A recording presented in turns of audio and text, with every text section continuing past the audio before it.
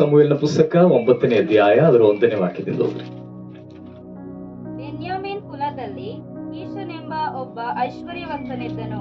ಇವನು ಚೇರೋರನ ಮಗನು, ಬೆಕೋರತನ ಮೊಮ್ಮಗನು, ಅಫೀಹನ ಮರಿಮಗನು ಆದ ಅಬೀಯೇಲನ ಮಗನು. ಇವನಿಗೆ ಸೌಲನೆಂಬ ಹೆಸರುಳ್ಳ ಒಬ್ಬ ಮಗನಿದ್ದನು.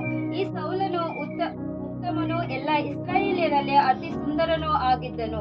ಜನರ ಗುಂಪಿನಲ್ಲಿ ಅವನ ಹೆಗಲು ತಲೆಯು ಕಾಣುವಷ್ಟು ಉನ್ನತವಾಗಿದ್ದನು. ಒಂದು ದಿವಸ ಸೌಲನ ತಂದೆಯಾದ ಕೀಷನ ಕತ್ತೆಗಳು ತಪ್ಪಿಸಿಕೊಂಡು ಹೋದುದರಿಂದ ಅವನು ತನ್ನ ಮಗನಾದ ಸೌಲನಿಗೆ, ನೀನೆದ್ದು ಆಳುಗಳಲ್ಲೊಬ್ಬನನ್ನು ಕರೆದುಕೊಂಡು ಕತ್ತೆಗಳನ್ನು ಹುಡುಕುವುದಕ್ಕೆ ಹೋಗು ಎಂದು ಹೇಳಿದನು. ಸಾಕು. 3ನೇ ವಾಕ್ಯದಲ್ಲಿ ನಾವು ಕಾಣ್ತಾ ಇರುವಂತದ್ದು ನಷ್ಟಪಟ್ಟಂತ ಒಂದು ಅನುಭವವನ್ನಾಗಿದೆ. 3ನೇ ವಾಕ್ಯದಲ್ಲಿ ನಾವು ಕಾಣ್ತಾ ಇರೋದು. ಪ್ರಾರಂಭದಿಂದ ನಾವು ನೋಡೋದಾದ್ರೆ ಕೀಷನ್ ಎಂಬುದಾದಂತ ಒಬ್ಬ ಐಶ್ವರ್ಯವಂತನ್, ಬೆನ್ಯಾಮಿನ್ ಕುಲದಲ್ಲಿ ಹುಟ್ಟಿದಂತ ಕೀಷನ್ ಎಂಬ ಒಬ್ಬ ಐಶ್ವರ್ಯವಂತನಾದ ಒಬ್ಬ ವ್ಯಕ್ತಿಯ ಕುರಿತಾಗಿ ನಾವಲ್ಲಿ ಕಾಣ್ತೇವೆ. ಅವನಿಗೊಬ್ಬ ಮಗ ಇದ್ದನು, ಅವನ ಹೆಸರು ಸೌಲನು. ಸೌಲನ ಹೆಸರು ನಿಮ್ಮೆಲ್ಲರಿಗೂ ನೆನಪಿನಲ್ಲಿ ಇರ್ತದೆ, ಆದ್ರೆ ಕೀಷನು ಅನ್ನುವಂತ ಹೆಸರು ಹೊಸದಾಗಿ ಕೇಳ್ತಾ ಇರಬಹುದು. ಹಲ್ಲೆಲೂಯಾ, ಸಂತೋಷದಿಂದ ಈ ಹಗಲು ವೇಳೆಯಲ್ಲಿ ಕರ್ತನು ನನ್ನ ಸಂಗಡ ಮಾತನಾಡ್ತಾರೆ ಅಂತ ಎಷ್ಟು ಜನ ನಂಬುತ್ತೇವೆ? ಹಲ್ಲೆಲೂಯಾ. ಅದೇ ನಂಬಿಕೆಯೊಂದಿಗೆ ನಾವೆಲ್ಲರೂ ದೇವರ ಸಮ್ಮುಖದಲ್ಲಿ ಆಗಿರೋಣ. ಹಲ್ಲೆಲೂಯಾ. ನಮ್ಮ ಹೃದಯವನ್ನ ಅರಿತುಕೊಂಡಿರುವಂತ ಕರ್ತನು ನಮ್ಮ ಒಬ್ಬೊಬ್ಬರ ಸಂಗಡ ಈ ಹಗಲು ವೇಳೆಯಲ್ಲಿ ಮಾತನಾಡ್ಲಿಕ್ಕೆ ಶಕ್ತನಾದ ದೇವರಾಗಿದ್ದಾನೆ. ಹಲ್ಲೆಲೂಯಾ. ಇವತ್ತಿನ ದಿನ ನಿಮ್ಮ ಸಂಗಡ ಹಂಚಿಕೊಳ್ಳಲಿಕ್ಕೆ ಆಶೀರ್ವದಿಸಲ್ಪಟ್ಟಂತ ಒಂದು ಸಂದೇಶ ನನ್ನ ಹೃದಯದಲ್ಲಿ ಈ ರೀತಿಯಲ್ಲಿ ಮೊಳಗುತ್ತಾ ಇದೆ. ಅದನ್ನ ನಿಮ್ಮ ಸಂಗಡ ಹಂಚಿಕೊಂಡು ನಾನು ನಿಮಗಾಗಿ ಪ್ರಾರ್ಥನೆ ಮಾಡ್ಲಿಕ್ಕಾಗಿ ಬಯಸುತ್ತೇನೆ. ಕರ್ತನು ಈ ಹಗಲು ವೇಳೆ ದೊಡ್ಡ ಕಾರ್ಯಗಳನ್ನು ಮಾಡ್ತಾರೆ ಎಂಬುದಾಗಿ ನಾನು ದೃಢವಾಗಿ ನಂಬುತ್ತೇನೆ. ಹಲ್ಲೆಲೂಯಾ. ನನ್ನೊಳಗಡೆ ಮತ್ತೊಂದು ಸಂತೋಷ ನನ್ನೊಳಗಡೆ ಈ ರೀತಿಯಲ್ಲಿ ಕುದಿತಾ ಇದೆ. ಏನೆಂಬುದಾಗಿ ಹೇಳಿದ್ರೆ, ನಿನ್ನೆ ಜೂನ್ 15ನೇ ತಾರೀಕು ನಾನು ಕರ್ತನಿಗಾಗಿ ಜೀವಿಸ್ತೇನೆ ಎಂಬುದಾಗಿ ತೀರ್ಮಾನ ತಗೊಂಡು 10 ವರ್ಷ ಕಳೀತು. ಹಲ್ಲೆಲೂಯಾ. ಆ ರೀತಿಯಲ್ಲಿ ತೀರ್ಮಾನ ಮಾಡಿ ನೀರಿನಲ್ಲಿ ಮುಳುಗಿ ದೀಕ್ಷಾ ಸ್ನಾನ ತೆಗೆದುಕೊಂಡು ನೆನ್ನೆಗೆ 10 ವರ್ಷಗಳಾಯ್ತು. ಕರ್ತನಿ 10 ವರ್ಷಗಳು ನನ್ನ ನಡೆಸಿದಂತ ಎಲ್ಲ ವಿಧಗಳಿಗಾಗಿ ನಾನು ಕರ್ತನಿಗೆ ಸ್ತೋತ್ರವನ್ನ ಸಲ್ಲಿಸ್ತಾ ಇದ್ದೇನೆ. ನಾನು ನಂಬುತ್ತೇನೆ ಈ 10ನೇ ವರ್ಷದಲ್ಲಿ ಒಂದು ಉನ್ನತವಾದಂತ ಒಂದು ರೂಪಾಂತರ ಒಂದೇ ಹಲ್ಲೆಲೂಯಾ ನಡೆಯೋದನ್ನ ನಾನು ಅನುಭವಿಸ್ತಾ ಇದ್ದೇನೆ. ಅದನ್ನ ಈ ಹಗಲುಗಳಲ್ಲಿ ನೀವು ಕೂಡ ಅನುಭವಿಸಲಿಕ್ಕೆ ಹೋಗ್ತಾ ಇದ್ದೀರಿ ಎಂಬುದಾಗಿ ನಾನು ದೃಢವಾಗಿ ನಂಬುತ್ತೇನೆ. Hallelujah, hallelujah. ಆತನ ಕರವಾಗಿದೆ ಇದುವರೆಗೆ ನಡೆಸಿದ್ದು, ಮುಂದೆಯೂ ಆತನ ಕರವಾಗಿದೆ ನಡೆಸಲಿಕ್ಕೆ ನಮ್ಮ ಸಂಗಡ ಇರುವಂತದ್ದು. ಆ ಕಾರ ಈ ಹಗಲುಗಳ ನಮ್ಮ ಮಧ್ಯದಲ್ಲಿ ಇಳಿದು ಬಂದಿದೆ. ಅದಕ್ಕಾಗಿ ನಾನು ಕರ್ತನಿಗೆ ಸ್ತೋತ್ರವನ್ನ ಸಲ್ಲಿಸ್ತಾ ಇದ್ದೇನೆ. ಸಾಕು ನಿನ್ ಕರವು ನನ್ ಮೇಲೆ ಪ್ರತಿದಿನವೂ, ಓ ಸಾಕು ನಿನ್ ಕರವು ನನ್ ಮೇಲೆ ಪ್ರತಿದಿನವೂ. ಈ ಹಗಲು ವೇಳೆಯಲ್ಲಿ ಇಲ್ಲಿ ಸೇರಿ ಬಂದಿರುವಂತ ಪ್ರತಿಯೊಬ್ಬರ ಮೇಲೆ ಆ ಕರ ಒಂದು ಸಾಧಾರಣವಾದ ಕರ ಅಲ್ಲ. ಅಲ್ಲಿ ಆ ಕರವೇ ಆಗಿದೆ ನಮ್ಮನ್ನು ಸೃಷ್ಟಿ ಮಾಡಿದ್ದು. ಆ ಕರವೇ ಆಗಿದೆ ಈ ಭೂಮಿಯಲ್ಲಿ ಇರುವಂತ ಸಕಲ ಸಮುದ್ರದ ನೀರನ್ನ ಕೈಯಲ್ಲಿ ಎತ್ಕೊಳ್ಳಿಕ್ಕೆ ಶಕ್ತಿ ಉಳ್ಳಂತದ್ದು. ಆ ಕರದ ವಿಶೇಷತೆ ಇಡೀ ಭೂಮಿಯಲ್ಲಿರುವಂತ ಮಣ್ಣನ್ನ ಕೈಯಲ್ಲಿ ತೆಗೆದುಕೊಂಡು ತೂಕ ಮಾಡುವಷ್ಟು ಬಲವುಳ್ಳಂತ ಒಂದು ಕರ. ಹಲ್ಲೆಲೂಯಾ. ನಮ್ಮ ಕೈಯಲ್ಲಿ ಹಿಡ್ಕೊಳಕ್ಕಾಗೋದು ಒಂದು ಹಿಡಿ ಮಾತ್ರವಾಗಿದೆ. ಆ ರೀತಿಯಾದ ಒಂದು ಕರವಲ್ಲ ದೇವರ ಕರ. ಪ್ರವಾದಿ ಈ ರೀತಿಯಲ್ಲಾಗಿದೆ ಹೇಳ್ತಾ ಇರುವಂತದ್ದು, ಸಮುದ್ರದ ರಾಶಿಯನ್ನ, ನೀರಿನ ರಾಶಿಗಳನ್ನ, ಜಲರಾಶಿಯನ್ನ ನಿನ್ನ ಅಂಗೈಯಲ್ಲಿ ತೂಕ ಹಾಕುವವನಾಗಿದೆ ಎಂಬುದಾಗಿ. ಆ ರೀತಿಯಾದ ಒಂದು ಕರವಾಗಿದೆ ನಿಮ್ಮ ಜೊತೆಯಲ್ಲಿ ಇರುವಂತದ್ದು. ನಾವೆಲ್ಲರೂ ಅಂದುಕೊಂಡಿರೋದು ಮೋಶೆ ಗಡ್ಡ ನೋಡ್ಬಿಟ್ಟಾಗಿದೆ ಕೆಂಪು ಸಮುದ್ರ ಇಬ್ಬಾಗ ಆಗಿದೆ ಎಂಬುದಾಗಿ. ನಾವೆಲ್ಲರೂ ಅಂದ್ಕೊಂಡಿರೋದು ಆ ಕೋಲ್ ನೋಡ್ಬಿಟ್ಟಾಗಿದೆ ಕೆಂಪು ಸಮುದ್ರ ಇಬ್ಬಾಗ ಆಗಿದೆ ಎಂಬುದಾಗಿ. ಎಂದಿಗೂ ಅಲ್ಲ. ಮೋಶೆಯ ಕರದ ಜೊತೆಯಲ್ಲಿದ್ದಂತ ಒಂದು ಕರ ಇತ್ತು. ನಾನು ಮತ್ತೆ ಹೇಳ್ತೇನೆ, ಮೋಶೆಯ ಕರದ ಜೊತೆಯಲ್ಲಿ ಮತ್ತೊಂದು ಕರ ಇತ್ತು. ಆ ಕರವನ್ನ ನೋಡ್ಬಿಟ್ಟಾಗಿದೆ ಕೆಂಪು ಸಮುದ್ರ ಇವಾಗ ಆಗಿದ್ದು ಹೊರತು ಕೋಲನ್ನ ನೋಡ್ಬಿಟ್ಟು ಗಡ್ಡವನ್ನ ನೋಡ್ಬಿಟ್ಟು ಅಲ್ಲ. ಈ ಹಗಲು ವೇಳೆಯಲ್ಲಿ ಆ ಕರವಾಗಿದೆ ನಮ್ಮ ಮೇಲೆ ಇಳಿದು ಬಂದಿರುವಂತದ್ದು. ಹಲ್ಲೆಲೂಯಾ. ಆ ಕರದ ಸ್ಪರ್ಶನೆ ಏನಾಗಿದೆ ನಾವು ಈ ಹಗಲು ವೇಳೆಯಲ್ಲಿ ಅನುಭವಿಸ್ತಾ ಇರುವಂತದ್ದು. ವಾಕ್ಯವನ್ನ ಕೇಳುವಾಗ ಯಾವ್ದಾದ್ರೂ ರೋಮಾಂಚನವನ್ನ ನೀವು ಅನುಭವಿಸ್ತಾ ಇರೋದಾದ್ರೆ, ವಾಕ್ಯವನ್ನ ಕೇಳ್ತಾ ಇರುವಾಗ ಯಾವ್ದಾದ್ರೂ ಸ್ಪರ್ಶನೆಯನ್ನ ನೀವು ಅನುಭವಿಸ್ತಾ ಇರೋದಾದ್ರೆ ಅದು ದೇವರ ಕರದ ಸ್ಪರ್ಶನೆಯಾಗಿದೆ. ಈ ಹಗಲು ವೇಳೆಯಲ್ಲಿ ಬಹಳ ಪ್ರಾರ್ಥನೆಯೊಂದಿಗೆ ನಾವು ದೇವರ ಸಮ್ಮುಖದಲ್ಲಿ ಆಗಿರೋಣ. ನಾವು ಓದಿದ್ದು ಸೌಲನೆಂಬ ಒಬ್ಬ ವ್ಯಕ್ತಿಯ ಕುಟುಂಬದ ಕುರಿತಾಗಿದೆ. ನಾವು ಈ ವಾಕ್ಯದಲ್ಲಿ ನೋಡಿದ್ದು 1 ಸಮುವೇಲನ ಪುಸ್ತಕ 9ನೇ ಅಧ್ಯಾಯದಲ್ಲಿ ಅವನ ತಂದೆ ಹೆಸರು ಕೀಷನ್ ಎಂಬುದಾಗಿ. ಹಲ್ಲೆಲೂಯ. ಅವ್ರಿಗಿದ್ದಂತ ಕತ್ತೆಗಳಲ್ಲಿ ಕೆಲವು ಕತ್ತೆಗಳು ನಷ್ಟಪಟ್ಟದರ ಕುರಿತಾಗಿದೆ. 9ನೇ ಅಧ್ಯಾಯದ 3ನೇ ವಾಕ್ಯದಲ್ಲಿ ಬರೆದಿರುವಂತದ್ದು, ಒಂದು ದಿವಸ ಸೌಲನ ತಂದೆಯಾದ ಕೀಷನ ಕತ್ತೆಗಳು ತಪ್ಪಿಸಿಕೊಂಡು ಹೋದದರಿಂದ ಅವನು ತನ್ನ ಮಗನಿಗೆ, ಇಲ್ಲಿ ಗಮನಿಸರಿ, ಈ ಒಂದು ಕುಟುಂಬದಲ್ಲಿ ನಷ್ಟಪಟ್ಟಂತ ಕತ್ತೆಗಳ ಕುರಿತಾಗಿದೆ ನಾವು ಕಾಣ್ತಾ ಇರುವಂತದ್ದು, ತಪ್ಪಿಸಿಕೊಂಡಿರುವಂತ ಕತ್ತೆಗಳ ಕುರಿತಾಗಿ. ಅದರ ಅರ್ಥ ಒಂದು ನಷ್ಟದ ಸ್ಟೋರಿ ಆಗಿದೆ ಆ ಕುಟುಂಬದಲ್ಲಿ ಹೇಳಲಿಕ್ಕಿರುವಂಥದ್ದು, ಒಂದು ನಷ್ಟದ ಸಾಕ್ಷಿ ಆಗಿದೆ ಆ ಕುಟುಂಬದಲ್ಲಿ ಹೇಳಲಿಕ್ಕಿರೋದು. ಹಲ್ಲೆಲೂಯ.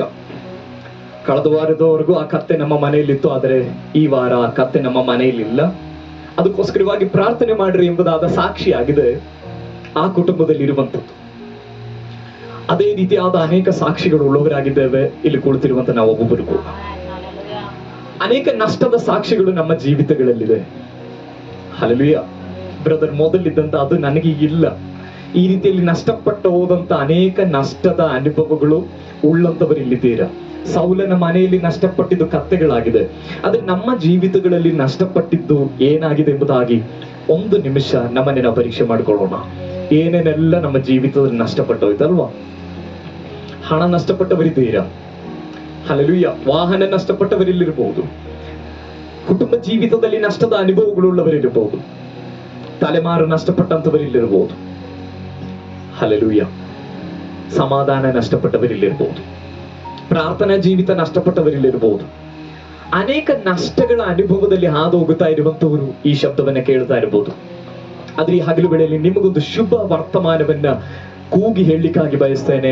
ಆ ನಷ್ಟ ನಿಮ್ಮ ಒಳ್ಳೆದಕ್ಕಾಗಿಯೇ.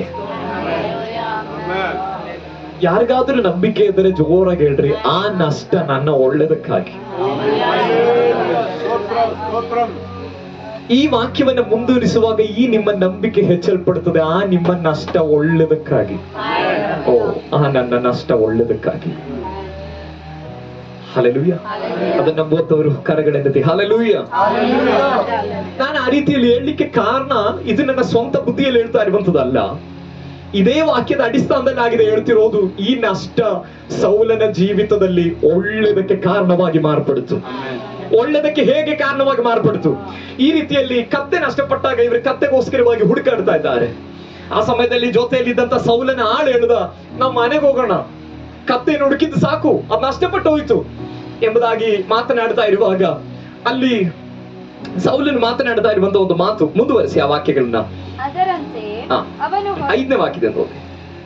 ಕಡೆಗೆ ಅವರು ಜೂಫ್ ದೇಶಕ್ಕೆ ಬಂದಾಗ ಅವನು ತನ್ನ ಆಳಿಗೆ ಹಿಂದಿರುಗಿ ಹೋಗೋಣ ನಡಿ, ನಮ್ಮ ತಂದೆಯು ಈಗ ಕತ್ತೆಗಳ ಚಿಂತೆ ಬಿಟ್ಟು ನಮ್ಮ ಚಿಂತೆಯಲ್ಲಿದ್ದಾನೋ ಅನ್ನಲು ಆ ಆಳು, ಇಗೋ ಈ ಪಟ್ಟಣದಲ್ಲಿ ಗೌರವಸ್ಥನಾದ ಒಬ್ಬ ದೇವರ ಮನುಷ್ಯನಿರುತ್ತಾನೆ, ಅವನು ನುಡಿಯುವುದೆಲ್ಲ ನೆರವೇರುತ್ತದೆ, ಅಲ್ಲಿಗೆ ಹೋಗೋಣ, ಒಂದು ವೇಳೆ ಅವನು ನಾವು ಹೋಗತಕ್ಕ ಮಾರ್ಗವನ್ನು ತಿಳಿಸುವನು ಎಂದನು. ಸಾಕು. ಹಲ್ಲೆಲೂಯ. ಈ ರೀತಿಯಲ್ಲಿ ಮನೆಗೆ ಹೋಗೋಣ, ಸಾಕು, ಹುಡುಕಿದ್ದು ನಷ್ಟಪಟ್ಟು ಹೋಗಿದ್ದು ಹೋಯ್ತು, ಇನ್ನಾದ್ರೆ ಕುರಿತಾಗಿ ಚಿಂತೆ ಮಾಡೋದು ಬೇಡ, ನಮ್ಮ ಮನೆಯಲ್ಲಿ ತಂದೆ ಕಾಯ್ತಾ ಇರ್ತಾರೆ ಎಂಬುದಾಗಿ ಚರ್ಚೆ ಮಾಡುವಂತ ಸಮಯದಲ್ಲಿ ಒಬ್ಬ ವ್ಯಕ್ತಿ ಹೇಳ್ತಿದ್ದಾನೆ, ಇಲ್ಲಿ ಆಲೋಚನೆಯನ್ನು ಹೇಳುವಂತ ಒಬ್ಬ ವ್ಯಕ್ತಿ ಇದ್ದಾನೆ, ದರ್ಶನವನ್ನ ಕಾಣುವಂತ ಒಬ್ಬ ವ್ಯಕ್ತಿ ಇದ್ದಾನೆ, ಪ್ರವಾದನೆಯನ್ನು ಹೇಳುವಂತ ಒಬ್ಬ ವ್ಯಕ್ತಿ ಇದ್ದಾನೆ, ಅವನ ಹೆಸರು ಸಮೂವೇಲನು. ಅವನ ಬಳಿಗೆ ಹೋದ್ರೆ ಈ ವಾಕ್ಯವನ್ನ ನೀವು ಮನೇಲಿ ಹೋಗಿ ಕೂತು ಶಾಂತವಾಗಿ ಓದಿ ಧ್ಯಾನಿಸಿರಿ. ನಿಮ್ಮೊಳಗಡೆ ಈಗ ಮಾತನಾಡ್ತಾ ಇರುವಂತ ಸಂದೇಶಕ್ಕಿಂತಲೂ ಹೆಚ್ಚಾಗಿ ದೇವರ ಆತ್ಮ ನಿಮ್ಮೊಳಗಡೆ ಮಾತನಾಡ್ತಾರೆ. ಅದ್ರಲ್ಲಿ ಒಬ್ಬ ವ್ಯಕ್ತಿ ಹೇಳ್ತಿದ್ದಾನೆ, ನಷ್ಟಪಟ್ಟು ಹೋಯ್ತು ಎಂಬುದಾಗಿ ಮನೆಗೆ ಹೋಗೋದು ಬೇಡ, ನಾವಿಲ್ಲಿ ಒಬ್ಬ ದೈವ ಸಾನ್ನಿಧ್ಯ ಉಳ್ಳಂತ ಒಬ್ಬ ಮನುಷ್ಯ ಇದ್ದಾನೆ, ಅವನ ಬಳಿಗೆ ಹೋಗೋಣ ಎಂಬುದಾಗಿ ಒಬ್ಬ ವ್ಯಕ್ತಿ ಹೇಳಿದಾಗ ಸೌಲನ್ ತೀರ್ಮಾನ ಮಾಡ್ದ, ಹಾಗಾದ್ರೆ ಅಲ್ಲಿಗೆ ಹೋಗೋಣ. ಆ ರೀತಿಯಲ್ಲಿ ನಷ್ಟದ ಅನುಭವಗಳಲ್ಲಿ ಹಾದು ಹೋಗುತ್ತಾ ಇರುವಂತ ಸೌಲನು ನಷ್ಟಪಟ್ಟಂತ ಅನುಭವದಲ್ಲಿ ಅದರಲ್ಲಿ ಭಯ ಇದೆ, ನಿರಾಶೆ ಇದೆ. ಹಲ್ಲೆಲೂಯ. ಈ ರೀತಿಯಾದ ಅನುಭವಗಳಲ್ಲಿ ಹಾದು ಹೋಗ್ತಾ ಇರುವಂತ ಸೌಲನು ಕೊನೆಗೊಂದು ತೀರ್ಮಾನ ಮಾಡಿಕೊಂಡ, ಆ ಮನುಷ್ಯನ ಬಳಿಗೆ ಹೋಗೋಣ. ಈ ರೀತಿಯಲ್ಲಿ ಹೋಗ್ತಾ ಇರುವಂತದ್ದು ಸಮೂವೇಲನ ಬಳಿಗಾಗಿದೆ. ಸಮೂವೇಲನು ಒಬ್ಬ ಸಾಧಾರಣವಾದ ಮನುಷ್ಯನಲ್ಲ, ಸಮೂವೇಲನು ದೈವ ಶಬ್ದವನ್ನ ಕೇಳುವಂತ ಮನುಷ್ಯ, ಸಮೂವೇಲನು ದರ್ಶನಗಳನ್ನ ಕಾಣುವಂತ ಮನುಷ್ಯ. ಅವನ ಬಳಿಗೆ ಹೋಗುವಂತ ತೀರ್ಮಾನವಾಗಿದೆ ಅವರು ಮಾಡ್ತಾ ಇರುವಂತದ್ದು. ಹಲ್ಲೆಲೂಯ. ಅವನ ಬಳಿಗೆ ಹೋದಾಗ ಹಲ್ಲೆಲೂಯ ಅವರಿಗೆ ಅಲ್ಲಿ ಒಂದು ಹಬ್ಬ ನಡೀತಾ ಇದೆ. ಆ ಹಬ್ಬದಲ್ಲಿ ಯಜ್ಞವನ್ನ ಸಮರ್ಪಿಸಲಾಗುತ್ತಾ ಇದೆ. ಆ ಯಜ್ಞದಲ್ಲಿ ಈ ಸೌಲನು ಬಂದದರ ಕುರಿತಾಗಿ ಅದರ ಹಿಂದಿನ ದಿನನೇ ಸಮೂಹನ ಜೊತೆಯಲ್ಲಿ ದೇವರು ಮಾತಾಡಿದ್ದಾನೆ, ಈ ರೀತಿಯಾದ ಒಬ್ಬ ಮನುಷ್ಯ ನಿನ್ನ ಬಳಿಗೆ ಹುಡುಕೊಂಡು ಬರ್ತಾನೆ ಎಂಬುದಾಗಿ. ಈ ರೀತಿಯಾಗಿ ಸೌಲನು ಹೋದಾಗ ಸಮೂಹನ ಅವನಿಗೆ ಒಳ್ಳೆ ರೀತಿಯಲ್ಲಿ ಟ್ರೀಟ್ ಮಾಡ್ತಾ ಇದ್ದಾನೆ. ದೇವರ ಆತ್ಮನು ಕೊಟ್ಟಂತ ಆಲೋಚನೆಗಳನ್ನ ಸಮೂಹನ ಹೇಳ್ತಾ ಇದ್ದಾನೆ. ಅದು ಮಾತ್ರವಲ್ಲ, ದೇವರು ತಿಳಿಸಿದಂತ ಒಂದು ವಿಷಯ, ಇವನನ್ನ ಮುಂದಿನ ಇಸ್ರಾಯೇಲಿನ ಅರಸನಾಗಿ ಮಾಡಬೇಕು. Hallelujah, hallelujah. ಈ ರೀತಿಯಲ್ಲಿ ಅರಸನಾಗಿ ಮಾಡುವುದಕ್ಕೋಸ್ಕರವಾಗಿ ನಿನ್ನ ಕೈಯಲ್ಲಿರುವಂತಹ ಎಣ್ಣೆ ಕೊಂಬಿನಿಂದ ಅವನಿಗೆ ಅಭಿಷೇಕ ಮಾಡಬೇಕು. ಆ ವಿಷಯ ಇದೇ ಒಂದು ಸಮೂಹದ ಪುಸ್ತಕ 10ನೇ ಅಧ್ಯಾಯದಲ್ಲಿ ಬರೆಯಲ್ಪಟ್ಟಿದೆ. ನೀವು ಆಮೇಲೆ ಓದ್ರಿ, ಗಮನಿಸಿರಿ.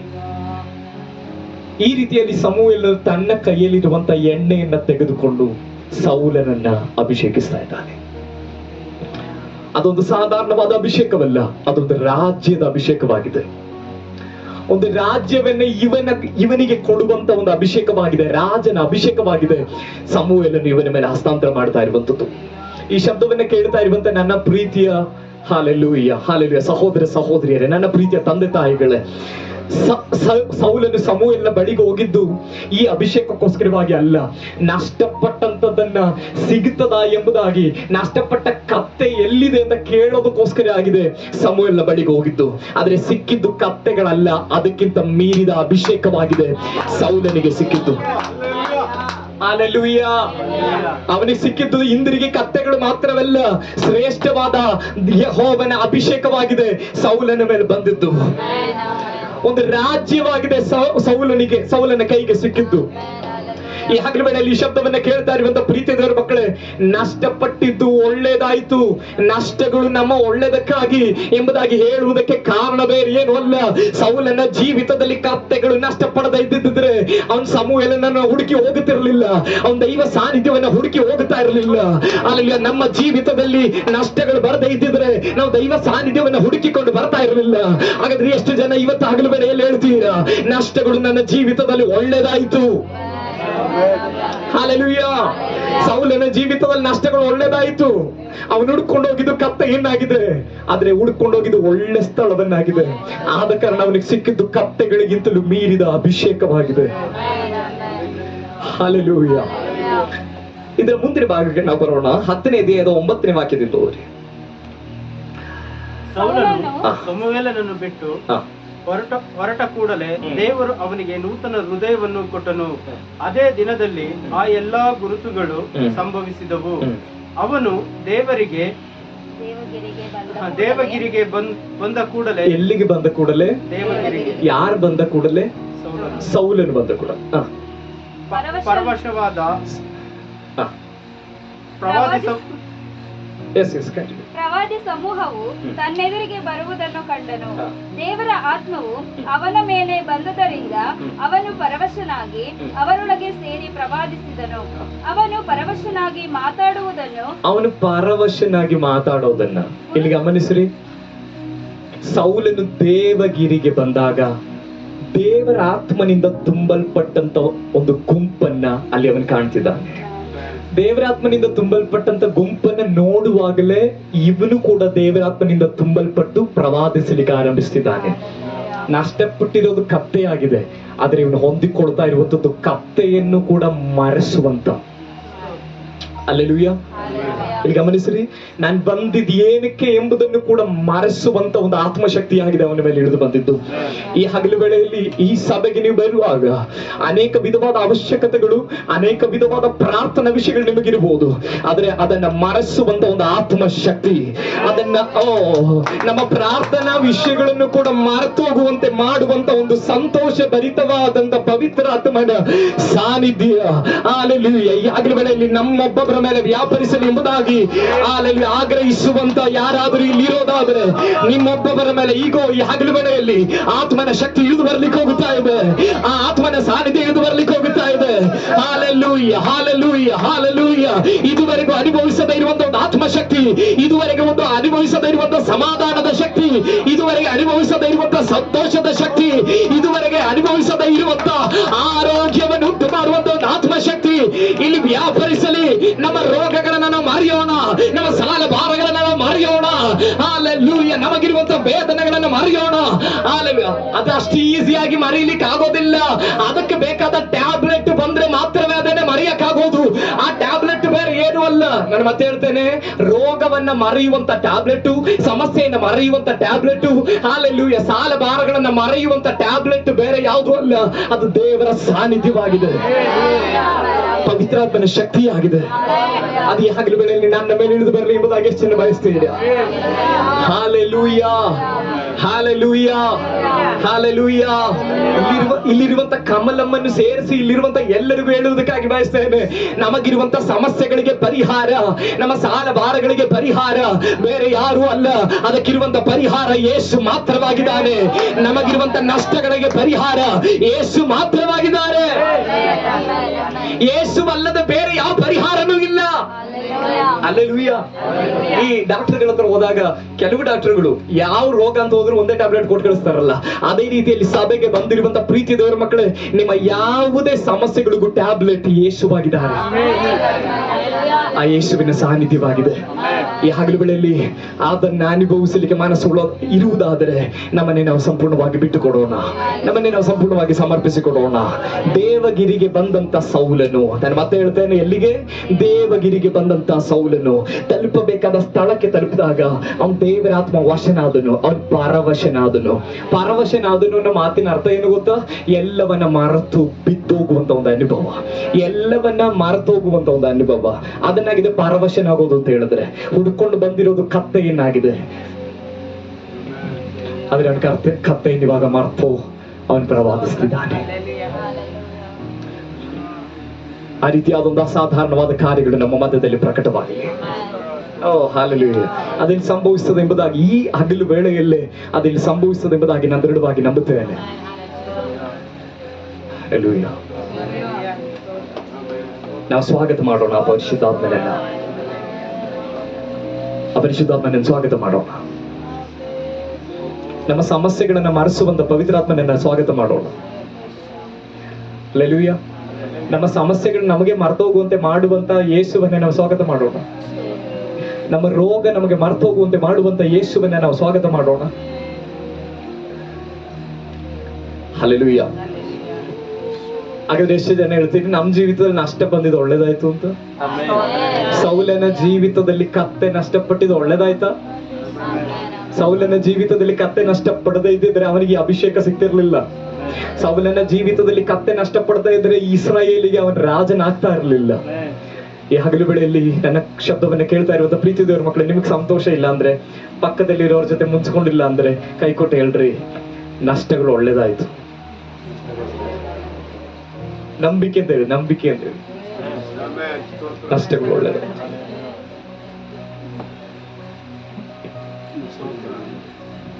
ಯಾಕಂದ್ರೆ ಕತ್ತೆ ನಷ್ಟಪಟ್ಟವನಿಗೆ ಅಭಿಷೇಕ ಸಿಕ್ತು, ಕತ್ತೆ ನಷ್ಟಪಟ್ಟವನಿಗೆ ಪವಿತ್ರಾತ್ಮನ್ ಸಿಕ್ಕಿದನು. ನಮ್ಮ ಜೀವಿತದಲ್ಲೂ ಅನೇಕ ವಿಷಯಗಳನ್ನ ನಷ್ಟಪಟ್ಟಿದ್ರಿಂದಲೇ ನಮಗೆ ಯೇಸು ಸಿಕ್ಕಿದ್ದು. ನಿಮ್ಗೆ ಆತರ ಸಾಕ್ಷಿಗಳಿದೆ ಅಂತ ನನಗೆ ಗೊತ್ತು. ಏನೋ ನಷ್ಟಪಟ್ಟಿರೋದ್ರಿಂದಲೇ ನಿಮ್ಗೆ ಯೇಸು ಸಿಕ್ಕಿದ್ದು. ಆದ್ರೆ ಈಗಲೂ ನಷ್ಟದ ಅನುಭವದಲ್ಲಿದ್ರೆ ಅಂತವರನ್ನಾಗಿದೆ ಇವತ್ತು ಹಗಲು ವೇಳೆಯಲ್ಲಿ ಪವಿತ್ರ ಆತ್ಮ ಧೈರ್ಯ ಪಡಿಸ್ತಾ ಇರುವಂತದ್ದು, ನಿಮ್ಮ ನಷ್ಟಗಳು ಹಾಲೆಲೂಯಾ, ಹಾಲೆಲೂಯಾ, ಕರ್ತನ ಸಮ್ಮುಖದಲ್ಲಿ ಲಾಭಕ್ಕೆ ಕಾರಣವಾಗಿ ಮಾರ್ಪಡುತ್ತದೆ. ಹಲ್ಲೆಲೂಯಾ. ಈ ಸಂದೇಶ ಅನೇಕರನ್ನ ಬಿಡುಗಡೆ ಮಾಡ್ತಾ ಇದೆ ಎಂಬುದಾಗಿ ನಾನು ನಂಬುತ್ತೇನೆ. ಅನೇಕರ ಜೀವಿತದಲ್ಲಿ ಮಹತ್ತಾದ ಕಾರ್ಯಗಳನ್ನ ಈ ಸಂದೇಶ ಮಾಡ್ತಾ ಇದೆ ಎಂಬುದಾಗಿ ನಾನು ನಂಬುತ್ತೇನೆ. ಸ್ವೀಕರಿಸಬೇಕಾದ ರೀತಿಯಲ್ಲಿ ಸ್ವೀಕರಿಸೋಣ. ಕರ್ತ ನಮ್ಮ ಜೀವಿತದ ದೊಡ್ಡ ಕಾರ್ಯಗಳನ್ನು ಮಾಡಲಿ. ಆದ್ರೆ ಈ ಸೌಲನ ಕುರಿತಾಗಿ ನಾವು ಕೇಳುವಾಗ ನಮಗೆ ಒಂದು ನೆಗೆಟಿವ್ ಆದ ಚಿಂತೆ ಇದೆ. ಹಲ್ಲೆಲೂಯಾ. ಆ ನೆಗೆಟಿವ್ ಆದ ಚಿಂತೆ ಬೇರೆ ಏನು ಅಲ್ಲ. ಸೌಲನ ಪ್ರಾರಂಭ ಚೆನ್ನಾಗಿತ್ತು, ಆದ್ರೆ ಅವನ ಮುಕ್ತಾಯ ಚೆನ್ನಾಗಿರ್ಲಿಲ್ಲ. ಜೋರಾಗಿ ಹೇಳ್ರಿ, ಏನ್ ಹೇಳಿದ್ ನಾನು? ಪ್ರಾರಂಭ ಚೆನ್ನಾಗಿತ್ತು, ನನ್ನ ಸಂದೇಶವನ್ನು ಮುಗಿಸ್ಲಿಕ್ಕೆ ಬರ್ತಿದೆ. ಸೌಲನ ಆರಂಭ ಚೆನ್ನಾಗಿತ್ತಲ್ಲ, ಕತ್ತೆಗಳು ನಷ್ಟಪಟ್ಟೋಯ್ತು, ಹೋಗಬೇಕಾದ ಸ್ಥಳಕ್ಕೆ ಹೋದ, ದೇವಗಿರಿಗೆ ತಲುಪ್ತ, ಪವಿತ್ರಾತ್ಮನಿಂದ ತುಂಬಿಸಲ್ಪಟ್ಟ, ಪರವಶನ. ವಾ, ಎಂತ ಒಳ್ಳೆ ಅನುಭವಗಳು. ಹಲ್ಲೆಲೂಯಾ.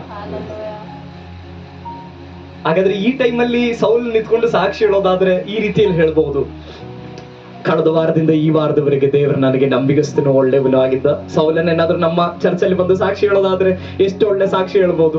ನನಗೆ ಕತ್ತೆ ನಷ್ಟಪಟ್ಟೋಗಿತ್ತು, ಆದ್ರೆ ಅದೆಲ್ಲ ಒಳ್ಳೇದಾಯ್ತು.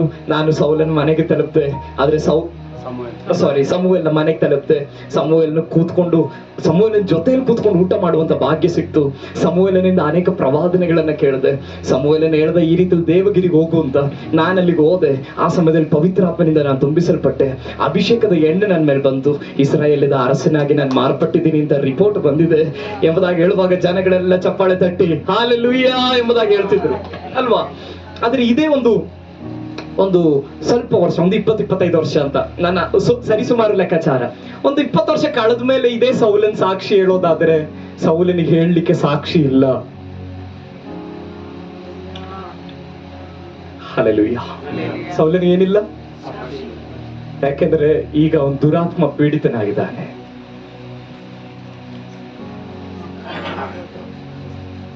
ಸ್ವಲ್ಪ ಹೊತ್ತು ನೀವು ಚಿಂತೆ ಮಾಡಬೇಕಾಗಿರುವಂತ ಒಂದು ವಿಷಯ ಇದು. ಈ ಸಂದೇಶದ ಪ್ರಾಧಾನ್ಯವಾದ ವಿಷಯಕ್ಕಾಗಿದೆ ಈಗ ಬರ್ತಿರೋದು. 20 ವರ್ಷದ ಹಿಂದೆ ಇದೇ ಸೌಲನ್ ಸಾಕ್ಷಿ ಹೇಳಬಹುದು, ಈ ರೀತಿ ನಾನು ಅಭಿಷೇಕಿಸಲ್ಪಟ್ಟ ಇಸ್ರಾಯೇಲದ ಅರಸನಾದೆ. ಆದ್ರೆ 20 ವರ್ಷ ಕಳೆದ ಮೇಲೆ ಆ ಸಾಕ್ಷಿ ಹೇಳಲಿಕ್ಕೆ ಅವನಿಗೆ ಆಗಲ್ಲ. ದುರಾತ್ಮನಿಂದ ಹಿಡಿಯಲ್ಪಟ್ಟಿದ್ದಾನೆ. ಹಾಗಾದ್ರೆ ನಾನು ಹೇಳಲಿಕ್ಕೆ ಬಯಸ್ತಾ ಇರುವಂತ ವಿಷಯ, ಸೌಲನಿಗೆ ಒಳ್ಳೆ ಆರಂಭ ಇತ್ತು, ಆದ್ರೆ ಒಳ್ಳೆ ಮುಕ್ತಾಯ ಇರಲಿಲ್ಲ. ಈ ಹಗಲು ವೇಳೆಯಲ್ಲಿ ನನ್ನನ್ನು ಸಮೇತನಾಗಿ ನನ್ನನ್ನು ಭಯಪಡಿಸ್ತಾ ಇರುವಂತ ಒಂದು ವಿಷಯ, ನಾನು ದೇವರ ಹತ್ರ ಗೋಗರಿತಾ ಇರುವಂತ ಒಂದು ವಿಷಯ, ದೇವರೇ ಒಳ್ಳೆ ಪ್ರಾರಂಭಕ್ಕಿಂತ ಒಂದು ಒಳ್ಳೆ ಮುಕ್ತಾಯ ನನ್ನ ಜೀವಿತದಲ್ಲಿ ಬೇಕು. ಎಷ್ಟು ಜನ ಪ್ರಾರ್ಥನೆ ಮಾಡಿದ್ದೀರಾ? ನಮ್ಮ ಆತ್ಮಿಕ ಜೀವಿತದ ಪ್ರಾರಂಭಕ್ಕಿಂತ ನಮ್ಮ ಆತ್ಮಿಕ ಜೀವಿತದ ಮುಕ್ತಾಯವಾಗಿದೆ ಬಹಳ ಪ್ರಾಧಾನ್ಯವಾದ ವಿಷಯ. ನೀವು ಹೇಗೆ ಪ್ರಾರಂಭ ಮಾಡಿದ್ರಿ ಅದಲ್ಲ ದೇವರಿಗೆ ಮುಖ್ಯ, ನೀವು ಹೇಗೆ ಮುಕ್ತಾಯ ಮಾಡ್ತೀರಿ ಅನ್ನೋದಾಗಿದೆ ಪ್ರಾಧಾನ್ಯವಾದ ವಿಷಯ.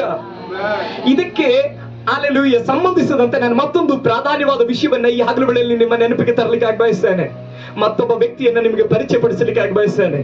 ಆ ವ್ಯಕ್ತಿಯ ಹೆಸರು ನೀವೇ ಓದ್ರಿ, 1 ಅರಸುಗಳ ಪುಸ್ತಕ 3ನೇ ಅಧ್ಯಾಯ ಅದರ 1ನೇ ವಾಕ್ಯದಿಂದ ಓದುವಾಗ ಆ ವ್ಯಕ್ತಿ ಯಾರೆಂಬುದಾಗಿ ನಿಮಗೆ ಅರ್ಥವಾಗುತ್ತದೆ. ಆ ವಾಕ್ಯವನ್ನು ಓದ್ರಿ. 1 ಅರಸುಗಳ ಪುಸ್ತಕ 3ನೇ ಅಧ್ಯಾಯ ಅದರ 1ನೇ ವಾಕ್ಯದಿಂದ. ಸೊಲೊಮೋನನು ಐಗುಪ್ತದ ಅರಸನಾದ ಫರೋಹನ ಅಳಿಯನಾದನು. ಅವನು ಫರೋಹನ ಮಗಳನ್ನು ಮದುವೆ ಮಾಡಿಕೊಂಡು ತನ್ನ ಅರಮನೆಯನ್ನು, ಯೆಹೋವನ ಆಲಯವನ್ನು, ಯೆರೂಸಲೇಮಿನ ಸುತ್ತಣ ಗೋಡೆಯನ್ನು ಕಟ್ಟಿ ತೀರಿಸುವ ತನಕ ಆಕೆಯನ್ನು ದಾವೀದ ನಗರದಲ್ಲಿ ಇರಿಸಿದನು. ಆವರೆಗೂ ಯೆಹೋವ ನಾಮಕ್ಕೋಸ್ಕರ ಆಲಯವಿರಲಿಲ್ಲವಾದುದರಿಂದ ಜನರು ಪೂಜಾ ಸ್ಥಳಗಳಲ್ಲಿ ಯಜ್ಞ ಮಾಡುತ್ತಿದ್ದರು. ಸೊಲೊಮೋನನು ಯೆಹೋವನನ್ನು ಪ್ರೀತಿಸಿ ತನ್ನ ತಂದೆಯಾದ ದಾವೀದನ ವಿಧಿಗಳನ್ನು ಕೈಗೊಳ್ಳುವವನಾಗಿದ್ದರೂ ಆ ಪೂಜಾ ಸ್ಥಳಗಳಲ್ಲಿಯೇ ಯಜ್ಞವನ್ನು ಅರ್ಪಿಸಿದ್ದನು, ಅಲ್ಲಿಯೇ ಧೂಪ ಸುಡುತ್ತಿದ್ದನು. ಸಾಕು. 3ನೇ ವಾಕ್ಯವನ್ನು ಇನ್ನೊಂದ್ಸಲ ಹೋದ್ರಿ. ಸೊಲೊಮೋನನು ಯೆಹೋವನನ್ನು ಪ್ರೀತಿಸಿ ಯಾರನ್ನ? ಜೋರಾಗಿ ಹೇಳ್ರಿ. ಯೆಹೋವನನ್ನು ಪ್ರೀತಿಸಿ ತನ್ನ ತಂದೆಯಾದ ದಾವೀದನ ವಿಧಿಗಳನ್ನು ಕೈಗೊಳ್ಳುವವನಾದ್ದರಿಂದ ಆ ಪೂಜಾ ಸ್ಥಳಗಳಲ್ಲಿ ಯಜ್ಞವನ್ನು ಅರ್ಪಿಸಿದ್ದನು, ಅಲ್ಲಿಯೇ ಧೂಪ ಸುಡುತ್ತಿದ್ದನು. ಸಾಕು. ಇಲ್ಲಿ ಸೊಲೊಮೋನನ ಕುರಿತಾಗಿ ನಾವು ಕಾಣ್ತೇವೆ. ಮೊದಲು ಯಾರ ಕುರಿತಾಗಿ ನಾವು ನೋಡಿದ್ದು? ಜೋರಾಗಿ ಹೇಳ್ರಿ. ಈಗ ಯಾರ ಕುರಿತಾಗಿದೆ ನಾವು ನೋಡ್ತಿರೋದು? ಇವರಿಬ್ಬರನ್ನ ಈ ಹಗಲು ವೇಳೆಯಲ್ಲಿ ನಾವು ಧ್ಯಾನಿಸ್ತಾ ಇರಕ್ಕೆ ಕಾರಣ, ಈ ಸೊಲೊಮೋನನ ಕುರಿತಾಗಿಯೂ ನಾವು ಒಂದು ವಿಷಯವನ್ನು ಗಮನಿಸ್ತೇವೆ. ಯೆಹೋವನು ಅವನನ್ನ ಪ್ರೀತಿಸಿದನು. ಹಲ್ಲೆಲೂಯಾ. ಅದು ಮಾತ್ರ ಅಲ್ಲ, ಮತ್ತೊಂದು ವಾಕ್ಯ ಓದ್ರಿ. 2 ಸಮುವೇಲನ ಪುಸ್ತಕ 12ನೇ ಅಧ್ಯಾಯ 24ನೇ ವಾಕ್ಯ. 2 ಸಮುವೇಲನ ಪುಸ್ತಕ 12ನೇ ಅಧ್ಯಾಯ 24ನೇ ವಾಕ್ಯ. 2 ಸಮುವೇಲ 12:24. ದಾವೀದನು ತನ್ನ ಹೆಂಡತಿಯಾದ ಬೆತ್ಷೆಬೆಯ ಬಳಿಗೆ ಹೋಗಿ ಆಕೆಯನ್ನು ಸಂತೈಸಿ ಆಕೆಯ ಸಂಗಡ ಮಲಗಿದನು. ಆಕೆ ಮಗನನ್ನು ಹೆತ್ತಾಗ ಅವನಿಗೆ ಸೊಲೊಮೋನನೆಂದು ಹೆಸರಿಟ್ಟನು. ಯೆಹೋವನು ಹುಡುಗನನ್ನು ಪ್ರೀತಿಸಿದನು. ಗಮನಿಸಿರಿ, ಸೊಲೊಮೋನನ ಹುಟ್ಟುವಿಕೆ ಕುರಿತಾಗಿ, ಜನನದ ಕುರಿತಾಗಿ ನಾವು ನೋಡ್ತಿದ್ದೇವೆ. ಎಲ್ಲರೂ ಸೇರಿ ಒಂದು ಹಲ್ಲೆಲೂಯಾ. ಸೊಲೊಮೋನನ ಜನನ ಕುರಿತಾಗಿ ನಾವು ನೋಡ್ತೇವೆ. ಆ ಹುಡುಗನನ್ನ ಯೆಹೋವನು ಪ್ರೀತಿಸಿದನು. ಸೊಲೊಮೋನನ ಜೀವಿತದಲ್ಲೂ ಒಂದು ಒಳ್ಳೆ ಪ್ರಾರಂಭವನ್ನಾಗಿದೆ ನಾವು ನೋಡ್ತಾ ಇರೋದು. ದೇವರು ಪ್ರೀತಿಸುವಂತ, ಅದೇ ರೀತಿಯಲ್ಲಿ 1 ಅರಸುಗಳ ಪುಸ್ತಕ 3ನೇ ಅಧ್ಯಾಯದಲ್ಲಿ 3ನೇ ವಾಕ್ಯದಲ್ಲಿ ನಾವು ನೋಡಿದ್ವಿ, ಅವನು ಕೂಡ ದೇವರನ್ನ ಪ್ರೀತಿಸುವವನಾಗಿದ್ದ. Hallelujah, hallelujah. ಆದ್ರೆ 1 ಅರಸುಗಳ ಪುಸ್ತಕ 11ನೇ ಅಧ್ಯಾಯಕ್ಕೆ ನಾವು ಬರೋದಾದ್ರೆ 1 ವರ್ಷಗಳ ಪುಸ್ತಕ 11ನೇ ಅಧ್ಯಾಯ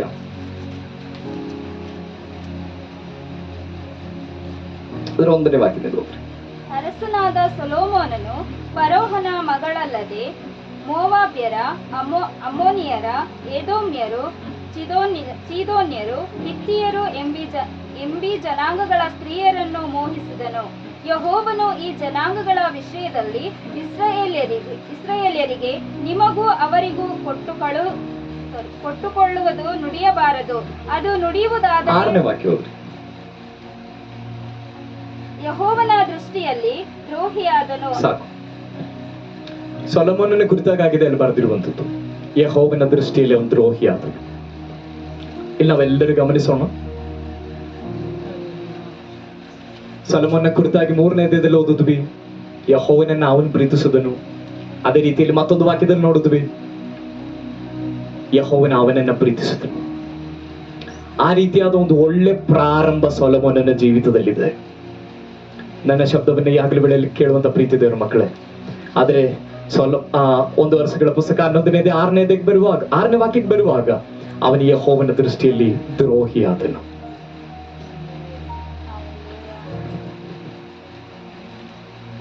ಮೂರನೇ ಅಧ್ಯಾಯದಲ್ಲಿ ನಾವು ಕಾಣ್ತೇವೆ ಯೆಹೋವನನ್ನ ಅವನು ಪ್ರೀತಿಸ್ತಾ ಇದ್ದನು. ಆದ್ರೆ 11ನೇ ಅಧ್ಯಾಯಕ್ಕೆ ಬರುವಾಗ ನೋಡ್ತಿದ್ದೇವೆ ಯೆಹೋವನ ದೃಷ್ಟಿಯಲ್ಲಿ ಅವನು ದ್ರೋಹಿಯಾದನು. ಹಲ್ಲೆಲೂಯಾ. ಈ ಶಬ್ದವನ್ನ ಯಾಗಲೂ ವೇಳೆಯಲ್ಲಿ ಕೇಳ್ತಾ ಇರುವಂತವರೇ, ನೀವು ನಿಮ್ಮ ಆತ್ಮಿಕ ಜೀವಿತವನ್ನ ಪ್ರಾರಂಭಿಸಿ 20 ವರ್ಷ ಆಗಿರ್ಬೋದು, 30 ವರ್ಷ ಆಗಿರ್ಬೋದು, 15 ವರ್ಷ ಆಗಿರ್ಬೋದು, 10 ವರ್ಷ ಆಗಿರ್ಬೋದು, 5 ವರ್ಷ ಆಗಿರ್ಬೋದು, 2 ವರ್ಷ ಆಗಿರ್ಬೋದು, 1 ವರ್ಷ ಆಗಿರ್ಬೋದು, ನಾವೆಲ್ಲರೂ ಒಳ್ಳೆ ಆತ್ಮಿಕ ಜೀವಿತವನ್ನ ಪ್ರಾರಂಭಿಸಿದ್ದೇವೆ. ಆದರೆ ಒಳ್ಳೆ ಪ್ರಾರಂಭಕ್ಕಿಂತ ಒಳ್ಳೆ ಮುಕ್ತಾಯವಾಗಿದೆ ನಮ್ಮ ಜೀವಿತದಲ್ಲಿ ಬೇಕಾಗಿರುವಂಥದ್ದು. ಸೌಲನ ಜೀವಿತದಲ್ಲೂ ಸೊಲೊಮೋನನ ಜೀವಿತದಲ್ಲಿ ನಾವು ನೋಡ್ತಿದ್ದೇವೆ, ಅವರು ಒಳ್ಳೆ ಪ್ರಾರಂಭ ಅವರ ಜೀವಿತದಲ್ಲಿತ್ತು, ಆದ್ರೆ ಒಳ್ಳೆ ರೀತಿಯಲ್ಲಿ ಕ್ರಿಸ್ತಿಯ ಜೀವಿತವನ್ನು ಮುಕ್ತಾಯಗೊಳಿಸಕ್ಕೆ ಅವರಿಗೆ ಆಗಲಿಲ್ಲ. ಸೊಲೊಮೋನನ ಕುರಿತಾಗಿ ನಾವು ನೋಡ್ತೇವೆ, ದೇವರು ಬಹಳವಾಗಿ ಅವನನ್ನು ಪ್ರೀತಿಸಿದ್ರಿಂದಲೇ ಲೋಕದಲ್ಲಿ ಯಾರಿಗೂ ಇಲ್ಲದೆ ಇರುವಷ್ಟು ಜ್ಞಾನವನ್ನ ದೇವರು ಸೊಲೊಮೋನನಿಗೆ ದಯಪಾಲಿಸಿದ್ರು. ಆದ್ರೆ ಅವನ ಜೀವಿತದ ಕೊನೆ ಭಾಗಕ್ಕೆ ನಾವು ಬರುವಾಗ ಹಲ್ಲೆಲೂಯಾ, ದೇವರಿಗೆ ಇಷ್ಟ ಇಲ್ಲದೆ ಇರುವಂತ ಅನೇಕ ಕಾರ್ಯಗಳನ್ನ ಮಾಡಿ ದೇವರ ದೃಷ್ಟಿಯಲ್ಲಿ ಅವನ ದ್ರೋಹಿಯಾದನು. ಇಂಗ್ಲಿಷ್ ನಲ್ಲಿ ನಾವು ಕಾಣಿದ ಗಾಡ್ ಹೇಟೆಡ್ ಸೊಲೊಮೋನ್. ದೇವರು ಸೊಲೊಮೋನನ್ನ ಹಲ್ಲೆಲೂಯಾ ದ್ರೋಹಿಸಿದ್ರು, ಇಷ್ಟಪಡಲಿಲ್ಲ. ಹಲ್ಲೆಲೂಯಾ. ನಾನು ಮತ್ತೆ ಹೇಳ್ತೇನೆ, ಒಳ್ಳೆ ಪ್ರಾರಂಭಕ್ಕಿಂತ ಒಳ್ಳೆ ಮುಕ್ತಾಯವೇ ನಮ್ಮ ಜೀವಿತದಲ್ಲಿ ಬೇಕಾಗಿರೋದು. ನಾನು ಹೇಳಿದೆ, ನೆನ್ನೆಗೆ ನಾನು ದೀಕ್ಷಾ ಸ್ಥಾನ ತಗೊಂಡು 10 ವರ್ಷ ಆಯ್ತು. ಈ ಸಮಯದಲ್ಲೇ ನನಗಿದನ್ನು ದೇವರು ನೆನಪಿಸ್ತಿರೋದು, ಒಳ್ಳೆ ಪ್ರಾರಂಭಕ್ಕಿಂತ ಒಳ್ಳೆ ಮುಕ್ತಾಯ ಬೇಕೆಂಬುದಾಗಿ. ಇವಾಗ್ಲೂ ನೆನ್ಸ್ಕೊಳ್ಳುವಾಗ ಅಯ್ಯೋ ಪ್ರಾರಂಭ ಎಷ್ಟು ಚೆನ್ನಾಗಿತ್ತಲ್ವಾ, ನಾವು ಮೊದಲನೇ ದಿನಗಳಲ್ಲಿ ಎಷ್ಟು ಆರಾಧನೆ ಮಾಡ್ತಿದ್ವಿ ಅಲ್ವಾ, ನಾವು ಮೊದಲ ದಿನಗಳಲ್ಲಿ ಎಷ್ಟು ಪ್ರಾರ್ಥನೆ ಮಾಡ್ತಿದ್ವಿ ಅಲ್ವಾ, ನಾವು ಮೊದಲ ದಿನಗಳಲ್ಲಿ ಎಷ್ಟು ದೇವರನ್ನ ಆತ್ಕೊಳ್ತಾ ಇದ್ವಿ ಅಲ್ವಾ. ಆದ್ರೆ ನಮ್ಮನ್ನ ನಾವು ಯಾಗಲೂ ವೇಳೆಯಲ್ಲಿ ಪರೀಕ್ಷೆ ಮಾಡ್ಕೊಳ್ಳೋ. ನನ್ನನ್ನು ಸಮೇತನಾಗಿ 10 ವರ್ಷದ ಹಿಂದೆ ಇದ್ದಂತ ಅದೇ ಆಸೆ, 10 ವರ್ಷದ ಹಿಂದೆ ಇದ್ದಂತ ಅದೇ ಪ್ರಾರ್ಥನಾ ಜೀವಿತ, 10 ವರ್ಷದ ಹಿಂದೆ ಇದ್ದಂತ ಅದೇ ಆಳವಾದ ಪ್ರೀತಿ, 10 ವರ್ಷದ ಹಿಂದೆ ಇದ್ದಂತ ಆ ಒಂದು ಆರಾಧನೆ ಇವಾಗ ನನ್ನ ಜೀವಿತದಲ್ಲಿ ಇದೆಯಾ ಎಂಬುದಾಗಿ ನಾವು ತೀರ್ಮಾನ ಮಾಡಿಕೊಳ್ಳೋಣ. ಅಲ್ಲಿ ನಮ್ಮನ್ನೇ ನಾವು ಪರೀಕ್ಷೆ ಮಾಡಿಕೊಳ್ಳೋಣ.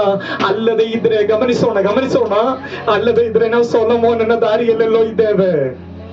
ಅಲ್ಲದೆ ಇದ್ರೆ ನಾವೆಲ್ಲೋ ಸೌಲನ ದಾರಿಯಲ್ಲಿದ್ದೇವೆ.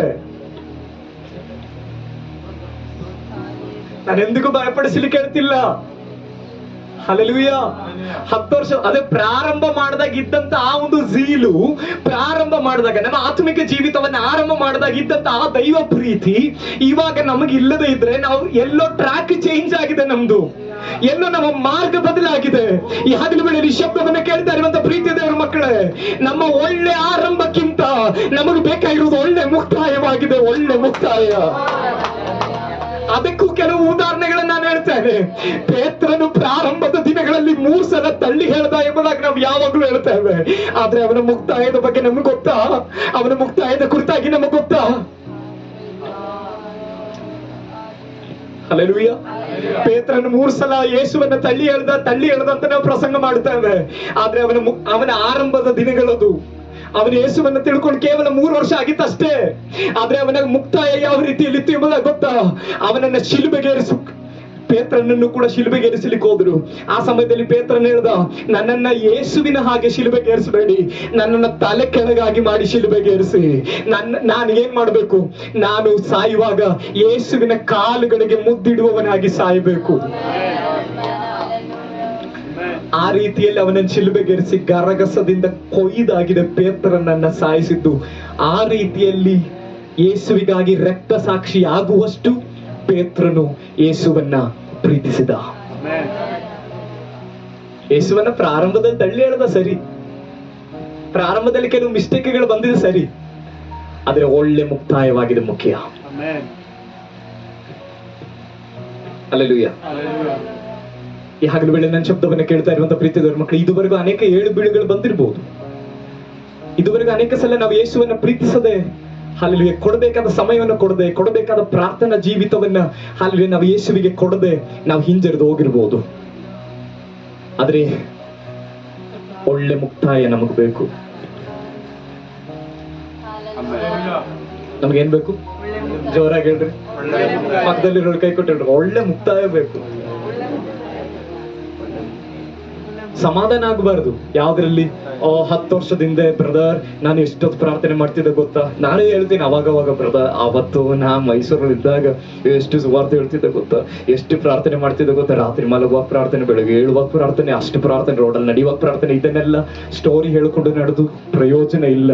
ಒಳ್ಳೆ ಪ್ರಾರಂಭಕ್ಕಿಂತ ಒಳ್ಳೆ ಮುಕ್ತಾಯ ಬೇಕು. ಆ ರೀತಿಯಲ್ಲಿ ಹೇಳೋದ್ ತಪ್ಪೇನಲ್ಲ, ಅನೇಕರಿಗೆ ನಾವು ಎನ್ಕರೇಜ್ ಮಾಡುವವರಾಗಿರ್ಬೇಕು. ಆದ್ರೆ ಅದು ಇವಾಗ ನಮಗಿದೆಯಾ ಆ ಪ್ರಾರ್ಥನಾ ಜೀವಿತ? ಅಲ್ಲದೆ ಇದ್ರೆ ನಾವು ಸೌಲನ ದಾರಿಯಲ್ಲಿದ್ದೇವೆ, ಸೊಲೊಮೋನನ ದಾರಿಯಲ್ಲಿದ್ದೇವೆ.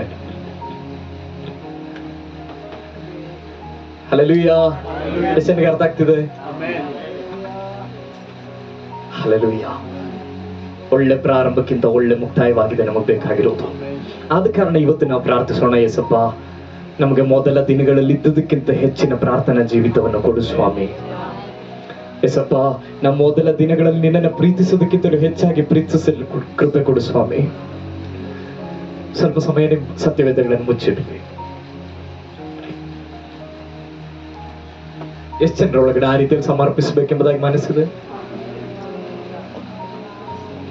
ಯಾರ ಆ ತರ ಪ್ರಾರ್ಥನೆ ಮಾಡ್ತೀರಿ? ಸ್ವಲ್ಪ ಮೊದಲ ದಿನಗಳಲ್ಲಿ ಪ್ರಾರ್ಥನೆ ಮಾಡಿದಕ್ಕಿಂತ ಹೆಚ್ಚಾಗಿ ಪ್ರಾರ್ಥನೆ ಮಾಡಕ್ ಕೃಪೆ ಕೊಡು.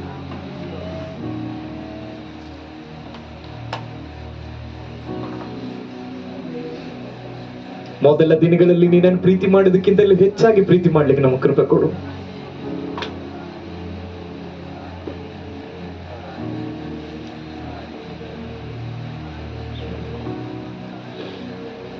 ನಮ್ಮ ಪ್ರಾರಂಭದ ದಿನಗಳಲ್ಲಿ ನಾವು ಬಿದ್ದಿರ್ಬೋದು, ಅನೇಕ ಸಲ ಗುಣಗಟ್ಟಿರ್ಬೋದು, ಅನೇಕ ಸಲ ಸಿಟ್ಟು ಮಾಡ್ಕೊಂಡಿರ್ಬೋದು ದೇವರ ಹತ್ರ ಮೊದಲ ದಿನಗಳಲ್ಲಿ. ಆದ್ರೆ ಇನ್ನು ಮೇಲೆ ಹಾಗಲ್ಲ.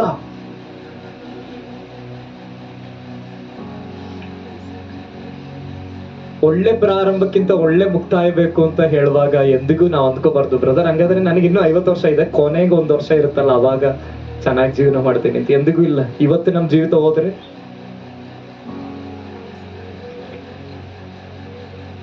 ಆದ್ರೆ ಕರುಣೆಯನ್ನು ಕೇಳ್ಕೊಳ್ಳೋಣ, ದೇವ್ರೆ ನನಗೆ ಸಿದ್ಧ ಆಗಕ್ಕೆ ಸ್ವಲ್ಪ ಸಮಯ ಕೊಡು, ಮೊದಲಿಗಿಂತ ಹೆಚ್ಚಾಗಿ ಪ್ರಾರ್ಥಿಸಲಿಕ್ಕೆ ನನಗೆ ಸಮಯ ಕೊಡು. ಅದು ಯಾವುದೋ ಒಂದು ಹಾಡಿದ್ಯಲ್ಲ,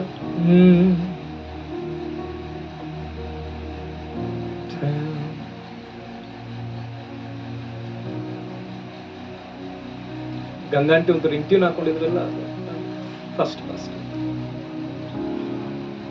ನನ್ನ ಬದುಕು ದಿನಗಳು ಲೆಕ್ಕಿಸಲು ಕಲಿಸಯ್ಯ ದೇವಾ, ಈ ಭೂಮಿಯ ಬಿಡುವಗಳಿಗೆ ನನಗೆ ತೋರಿಸು, ಇನ್ನು ಸ್ವಲ್ಪ ಕಾಲವೂ ಆಯುಷ್ಯ ಹೆಚ್ಚಿಸು, ನನ್ನ ಬದುಕು ತಿದ್ದುಕೊಳ್ಳುವೆ ಸಮಯವನ್ನ. ಆ ಕರುಣೆಯ ಸಮಯವನ್ನ ಈ ಹಗಲುಗಳಲ್ಲಿ ನಾವು ಕೇಳಿಕೊಳ್ಳೋಣ.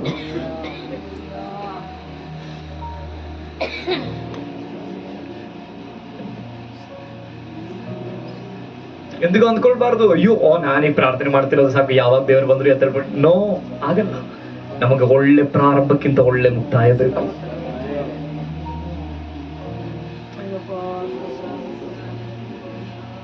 ಇದನ್ನ ಕೇಳ್ತಿರುವಾಗ ನಾವೆಲ್ಲ ಒಳ್ಳೆ ಪ್ರಾರಂಭ ಮಾಡಿದವರಾಗಿದ್ದೇವೆ ಅಲ್ವಾ? ಬಿಡುಗಡೆಗೋಸ್ಕರ 3 ಗಂಟೆ 4 ಗಂಟೆ 5 ಗಂಟೆ 6 ಗಂಟೆ ಎಲ್ಲ ಪ್ರಾರ್ಥನೆ ಮಾಡಿದವರೇ ಆಗಿದ್ದಾರೆ ಮೊದಲ ದಿನಗಳು. ಅದು ಈಗ ಆತರ ಪ್ರಾರ್ಥನೆ ಮಾಡಕ್ ಆಗ್ತಿಲ್ಲ ನಮ್ಗೆ. ಆದ ಕಾರಣ ಕೇಳೋಣ, ಕರ್ತನೆ ಸ್ವಲ್ಪ ಸಮಯ ಕೊಡು, ನನಗೆ ಸ್ವಲ್ಪ ಸಮಯ ಕೊಡು ಅಂತ ಕೇಳ್ಬೇಕಾಗಿರೋದು ಸೋಮಾರಿ ಆಗಿರ್ಲಿಕ್ಕಲ್ಲ, ನಮ್ಮನ್ನ ನಾವು ತಿದ್ಕೊಳ್ಳಿಕ್ಕೆ, ಮೊದಲಿದ್ದಂತ ಪ್ರಾರ್ಥನೆ ಜೀವಿತಕ್ಕಿಂತ ಹೆಚ್ಚಿನ ಪ್ರಾರ್ಥನೆ ಜೀವಿತಕ್ಕೆ ಬರಲಿಕ್ಕೆ, ಮೊದಲು ಆತನನ್ನ ಪ್ರೀತಿ ಮಾಡೋದಕ್ಕಿಂತ ಹೆಚ್ಚಾಗಿ ಆತನನ್ನ ಪ್ರೀತಿ ಮಾಡುವಂತ ಅನುಭವಕ್ಕೆ ಬರ್ಲಿಕ್ಕಾಗಿ ಈ ಸಮಯವನ್ನು ಉಪಯೋಗಿಸೋಣ. Church, it's your time. ಸಭೆಯೇ ಇದು ನಮಗಿರುವ ಸಮಯ. ಮೊದಲಿದ್ದಂತ ಪ್ರಾರ್ಥನೆ ಜೀವಿತಕ್ಕಿಂತ ಹೆಚ್ಚಿನ ಪ್ರಾರ್ಥನೆ ಜೀವಿತ ತಿರುಗೋಣ. ಇದು ದೇವರು ನಮಗೆ ಕೊಟ್ಟಿರುವ ಕರುಣೆಯ ಸಮಯ.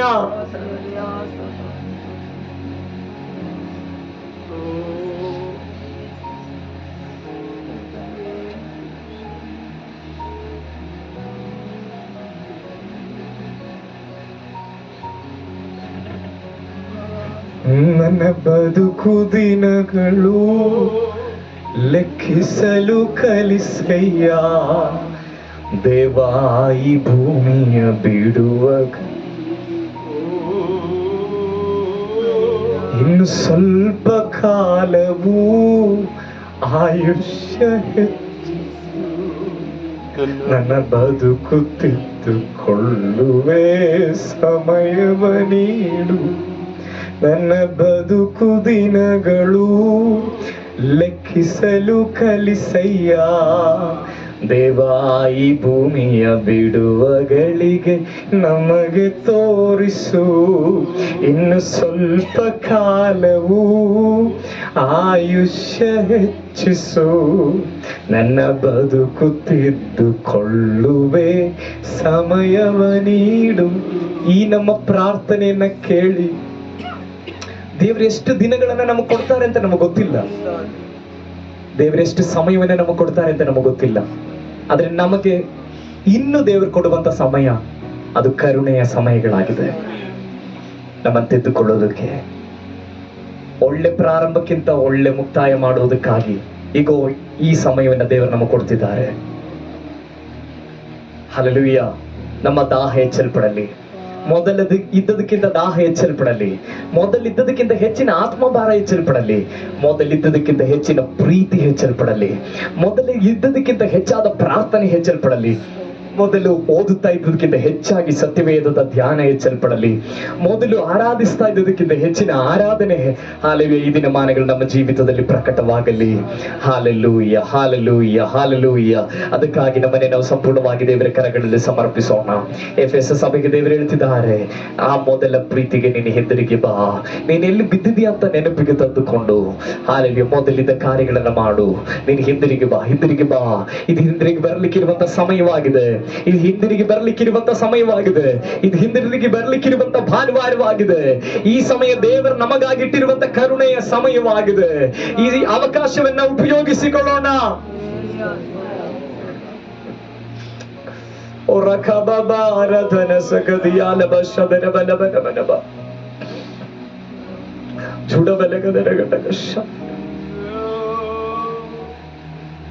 ಕೊನೆಯದಾಗಿ ಒಂದು ವಿಷಯವನ್ನು ಹೇಳಲಿಕ್ಕಾಗಿ ಬಯಸ್ತೇನೆ. ಈ ರೀತಿಯಲ್ಲಿ ಸಮರ್ಪಿಸಿ ನಾವು ಹಿಂದಿರುಗಿ ಆತನ ಬಳಿಗೆ ಬರೋದಾದರೆ ನಮ್ಮ ನಷ್ಟಗಳನ್ನ ಲಾಭವಾಗಿ ಅವನು ಮಾರ್ಪಡಿಸುವ ದೇವರಾಗಿದ್ದಾನೆ. ನಮ್ಮನ್ನು ನಾವು ಸಂಪೂರ್ಣವಾಗಿ ಹಗಲು ಬೆಳೆದ ದೇವರ ಕರೆಗಳಿಗೆ ಸಮರ್ಪಿಸೋಣ. ಕೇಳಿದಂತ ವಾಕ್ಯಕ್ಕೆ ನಮ್ಮನ್ನು ಬಿಟ್ಟುಕೊಡೋಣ. ಯಾರೆಲ್ಲ ಈ ಸಮಯದಲ್ಲಿ ನಿಮ್ಮನ್ನೇ ಒಂದು ಯಜ್ಞವಾಗಿ ಸಮರ್ಪಿಸಲಿಕ್ಕೆ ಬಯಸ್ತಿರೋ, ಇದು ನಿಮಗೆ ಇರುವಂತ ಒಳ್ಳೆ ಸಮಯ.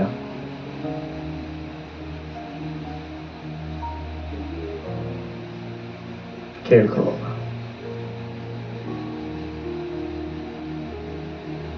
ಕೇಳ್ಕೊಳ್ಳೋಣ.